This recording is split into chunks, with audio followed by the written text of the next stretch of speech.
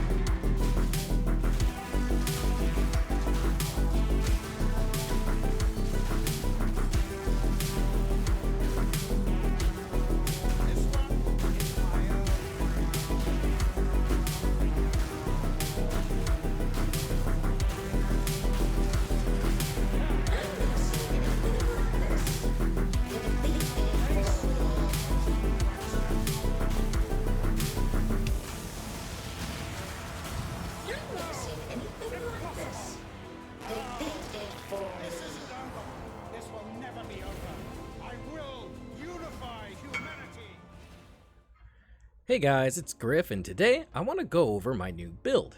It's Summon Raging Spirits of Enormity with Minion Instability. It's Cyclone SPIN2WIN. This will affectionately be known as Spinning Raging Spirits. He. I very briefly want to go over how this works mechanically, and if there is enough interest, then I'll also write up a more detailed guide on the Path of Exile forums. So, leave a comment, like, and subscribe. Huzzah!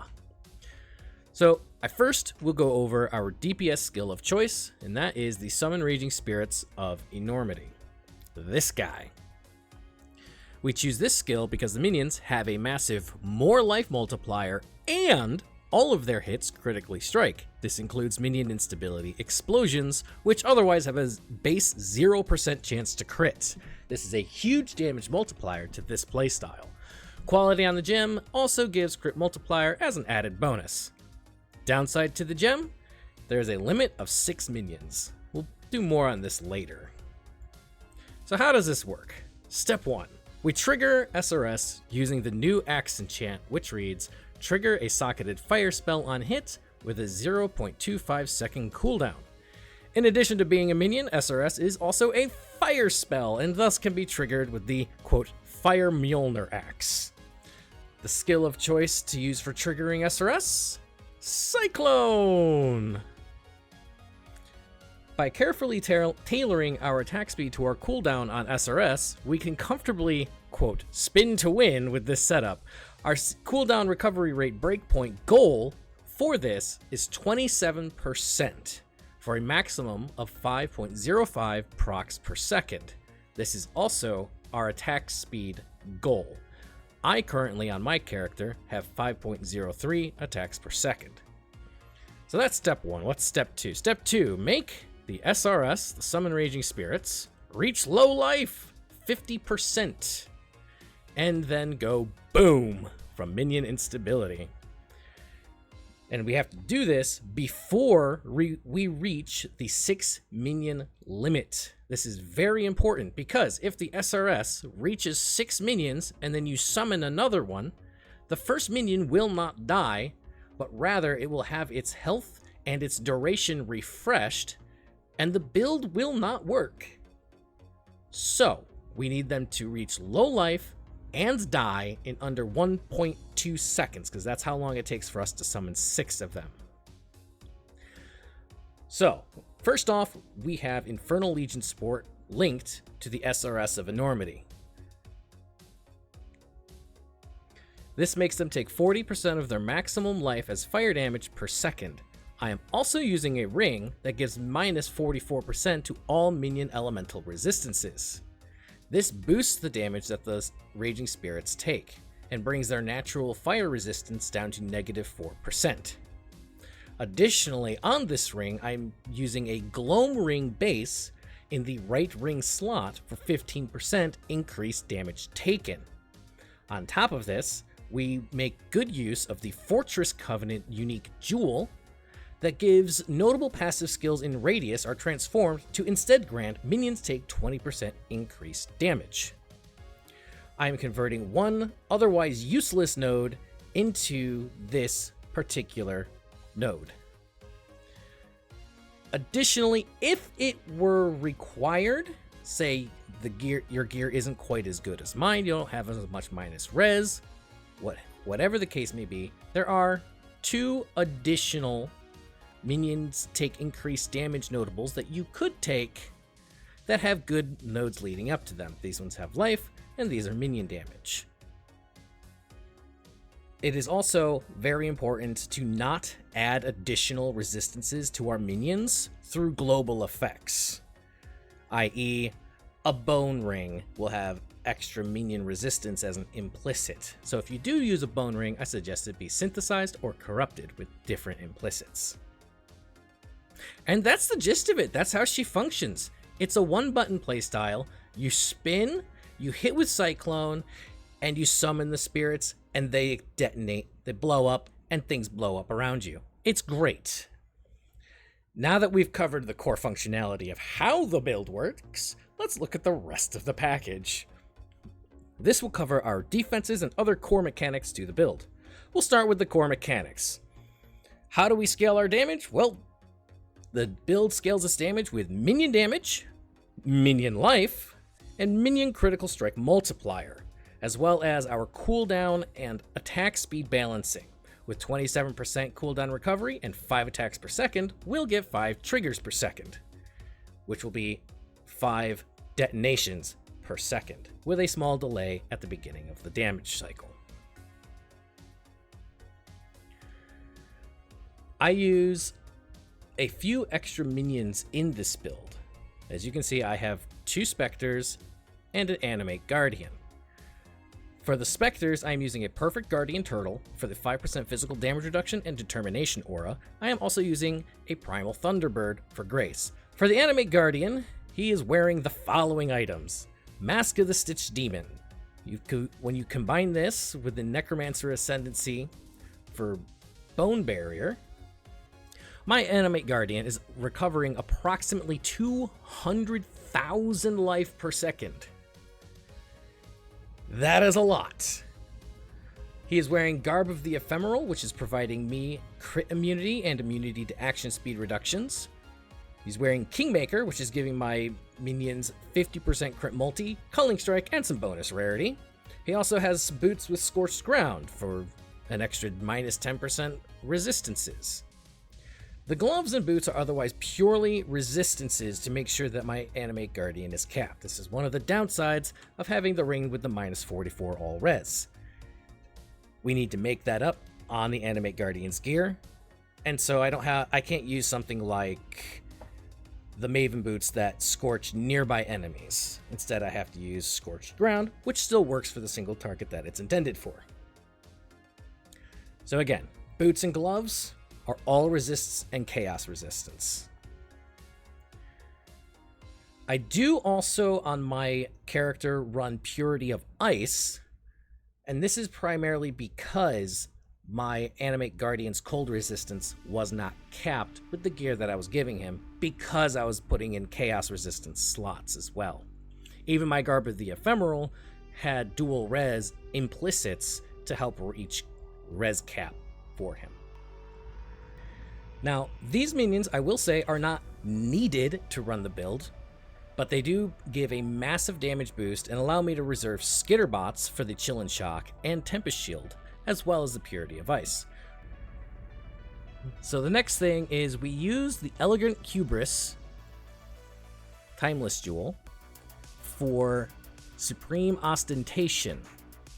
This lets us ignore attribute requirements and allow us to tattoo our entire tree. If you look at my tree, everything is tattooed, except for this random dex node, which should probably just be 2% movement speed. Additionally, Elegant Hubris, depending on what you get, can give you a ton of minion life and minion damage. My particular jewel is giving me 3 nodes that give minions have 80% increased maximum life, and 1 node with minions deal 80% increased damage. I am anointing this one rather than spending the 4 points to reach it. I'm utilizing Eldritch Battery, seen here, and because Summon Raging Spirit of Enormity, when you have 7 links attached to it, has a rather high mana cost. It's 130 mana, and that's with having some reduced mana cost on my tree. So to make that feasible, I ended up deciding that I would go Eldritch Battery and give myself a nice big energy shield pool. The main way of doing this is actually using the Armor and Energy Shield Mastery for 100% increased Armor and Energy Shield from equipped body armor if equipped helmet, gloves, and boots all have Armor and Energy Shield. My current chest piece currently has 800 Energy Shield, and you can see that even though I have something that's an Evasion ES base, I've bench crafted armor. I have an Evasion armor base, I've bench crafted Energy Shield, right? As long as the pieces have Armor and Energy Shield, the mastery works. Combine this with an Energy Shield on hit Watcher's Eye and Discipline, and I can very easily sustain the hefty mana cost that comes with SRS of Enormity. But we'll talk a little bit more about that later when I'm covering defenses. Next is the Cyclone. Obviously, it's not by itself. That would be a little pointless. We have it in a 6-link on our chest, and it is linked with Awakened Cast while channeling, which gives us ignore stuns while using supported skills, so I don't have to worry about stun immunity. Comes with the gem. It's very nice. I use the following spells. I have Desecrate, Bone Offering, and Ball Lightning of Orbiting. And then for the last link, I'm using Enhance because it boosts my movement speed, it boosts my offering effect, and it gives Ball Lightning of Orbiting more AoE. Now, the Ball Lightning of Orbiting is to pair with the Watcher's Eye modifier for the gain ES on hits, and it goes in a big circle around us and flies very fast. You can see it going around, and it'll hit enemies multiple times and hit a lot of them. And additionally, I do run Divine Shield because it gives us a bit of extra ES regen based on our physical damage reduction. Now, moving on, let's go over the defenses because I love my defenses and I have layered it on this build. So let's start with our physical damage mitigation. I have 4 endurance charges, and that's 16% physical damage reduction, or PDR. I have 8% PDR from my Watcher's Eye because my turtle gives me determination, and I get the 8% from that. I have 8% PDR on my chest piece. I have 5% PDR from the Dirtle Turtle. I have an additional 5 to 10% depending on how many minions I have out at a time. It's a minimum of 5. I have 2 Spectres, the Animate Guardian, and the 2 Skitterbots. When I'm in combat, I will have up to 5 SRS out at one time. So between 5 and 10% physical damage reduction from Bone Barrier, from the number of minions that I have. I have between 1% and 8% physical damage reduction from the Lunaris Major Pantheon, depending on how many nearby enemies there are. And that is a total of 43 to 55% flat physical damage reduction. I also have 6% of physical damage taken as fire from my helmet, which I will change to cold because I have more max cold res. I just haven't gotten around to it. And I have 11% of physical damage from hits taken as cold damage from my chest piece. On top of which, I have about 25k armor. So that covers the physical damage reduction. It's very beefy in that regard. I have 5450 block chance from Bone Offering. The only investments I have in this is Bone Offering and Tempest Shield. And that's it. I also have about 10,000 evasion, which gives me about 54% chance to evade.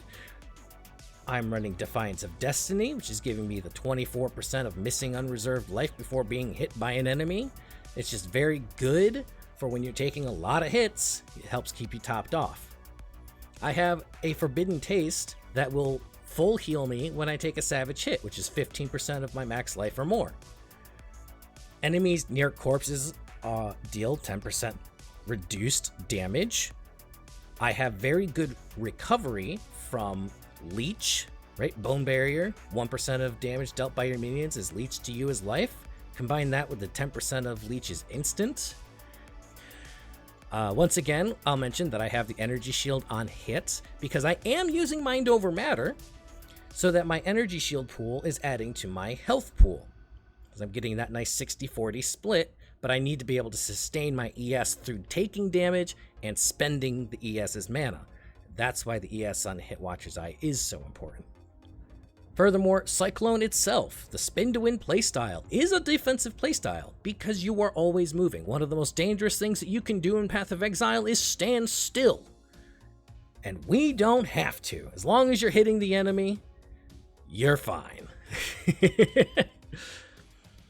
I am also immune to elemental ailments through the unique Jewel Storm Shroud. This one, which gives modifiers to chance to avoid being shocked apply to all elemental ailments, and I have 100% chance to avoid being shocked on my boots. As for my resistances, I am running with 80, 85, 80, and 77 maximum resistances.